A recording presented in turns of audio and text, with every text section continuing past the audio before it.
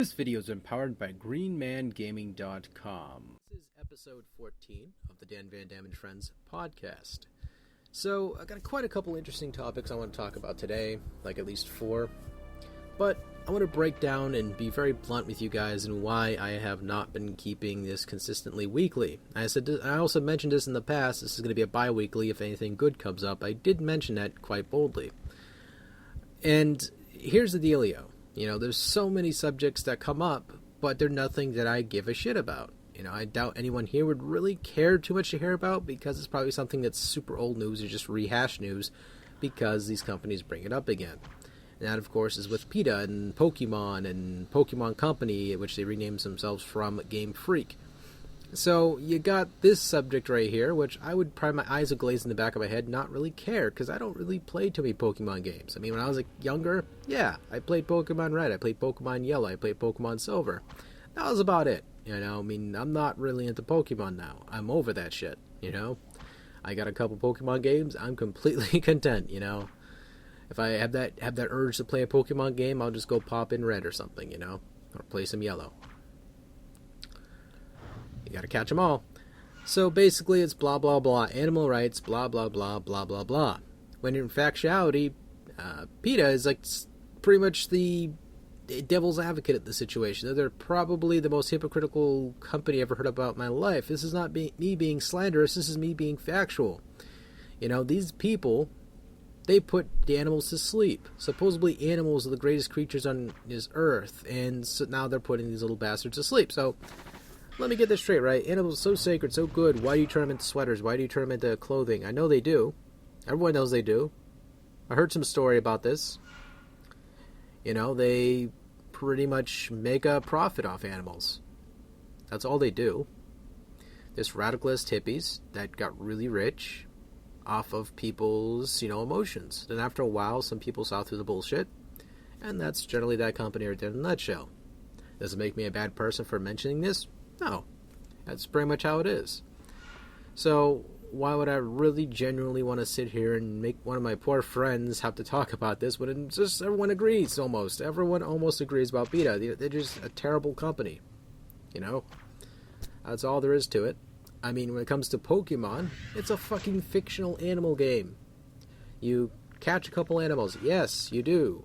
You know, it's just like when people, mate and harvest hamsters or rabbits for pets. You know, that's just how it is. People do that. It's part of life. You know, we're humans. We have intelligence. We kill and skin dead animals. Yes, it happens. I mean, yes, some people generally around their atmosphere do not want to see an animal get harmed. I agree. Too, there's two sides of it. Some people live up in the fucking wilderness in a cabin somewhere, have no connection to the outside world, do not give a shit about the outside world. Guess what? They're gonna skin Bambi whether you or I or have to call these give a shit, That's all there is to it. I'm not gonna stop them. I don't think you're gonna stop them. They have a crossbow, they have a shotgun, they have all this humongous arsenal to take down Bambi. You think you're gonna be a skin coat next? You probably will. I will. So I digress. So how you enjoy that sweater, motherfucker? Anyway, so, alright. Blizzard is thinking of charging $30 for the new game, or at least a new expansion that's coming out for Diablo 3. So, I'm sitting here massaging my temples, at the same time laughing at this. I mean, yeah, it's somewhat reasonable for a DLC. Reaper of Souls, obviously, it's, Diablo 3 has become somewhat popular on the consoles now. It's because it's a lot better. It has some issues fixed. It has a better drop rate system because there's no auction house. Obviously, I've not been following too in tuned, to Diablo 3 on the PC anymore because I just, quite frankly, couldn't stand it anymore after getting into Inferno and just feeling like nothing was worth it anymore. So this one, it just feels like I'm achieving something out of the game, so I'm playing it a little bit more. $30 though for a expansion. Is that really worth it? Well, it really depends on how you look at the product here. If this expansion prides itself on, adding all these good enhancements and all that, I'm all for it, sure. If it adds new classes, I'm all for it, sure. If it adds great gear, sure. If it does something good for the game, I don't see no harm in it. but I don't know. I mean, $30 for a DLC. I mean, usually you have companies charging 14 or 15, and there's usually somewhat decent lengthy content too out of that $15 you get thrown at, or at least you throw at it. Heck, what is it? Most of the DLC, I'm not going to say for Battlefield 3, but for Fallout or any of these games that you can throw some DLC money at, such as Skyrim, and get several hours of content out of that alone.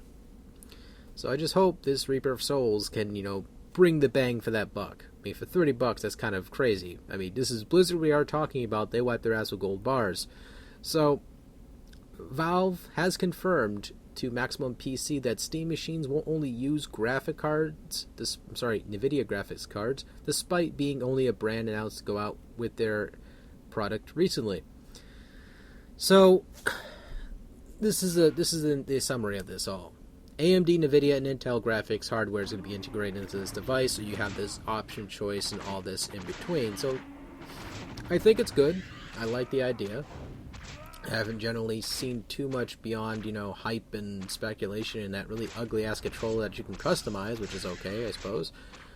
That if you could change it out for some analog sticks, I'd be like, alright, sure. But, it's, to me, cool. It's something you can work with. That's fine. Computers you can work with. A custom PC you can damn sure work with.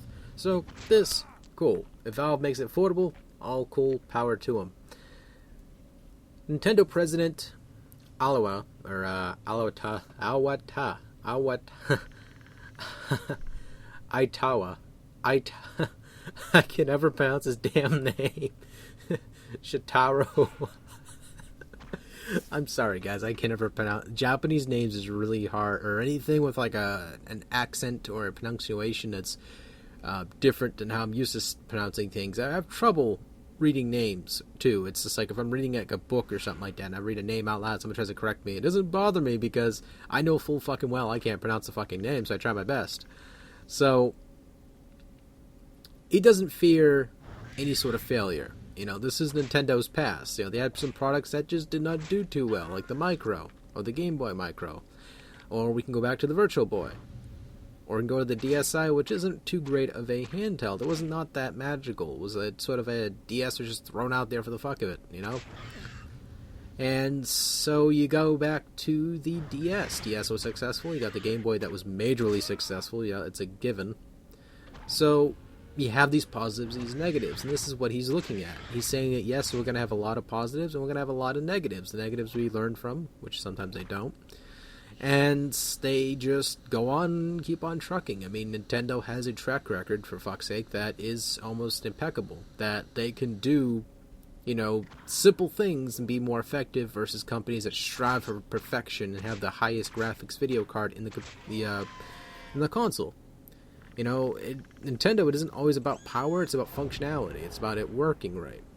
The Nintendo Wii U isn't so great at the moment. It really isn't, because there's no fucking games. I mean, this console can probably be pretty damn good if it had games. I mean, you have games coming out, but where were they a couple months ago, a year ago, Where were those games? That's all I'm saying. I mean, that's part of their failure at the moment, is that they're losing interest of the public because people want to play a game and they end up selling the damn console because they don't want to just wait.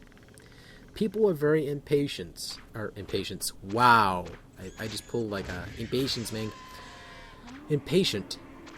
And so they don't want to sit here all goddamn day and wait for something to come up. They'll go and do something or find something else to do. So that's generally all there is to that. So hopefully in the future Nintendo will find that gem, that star that will put them back a little bit higher on that third place pedestal. Otherwise, the Unya will outsell the Nintendo Wii U. I'm sorry. I had to laugh at my own joke there. So here's a thing I've recently discovered. I mean, it's always herp or derp. Usually when a very popular or very hyped thing comes up and the beta codes are getting thrown around like they're candy. Well, kinda. Candy dangled on a fishing lure with spikes all around it. And that, of course, is the Hearthstone beta. Now, these codes are going for like 50 to 150 plus. Now, again, that's just a scratch of the surface when it comes to the actual prices people are willing to pay for these fucking codes. So, I've seen one code go for $55. This is a little bit more recently today on eBay, and I was like, holy shit, for a fucking code? So, let me get this straight. If I got a code to Hearthstone, I could go sell it on eBay right now for like 30 plus bucks. No problem. No questions asked. You know, hands underneath the table, stroking and jerking, we all gonna go home and masturbate tonight, kind of cheap. That is crazy.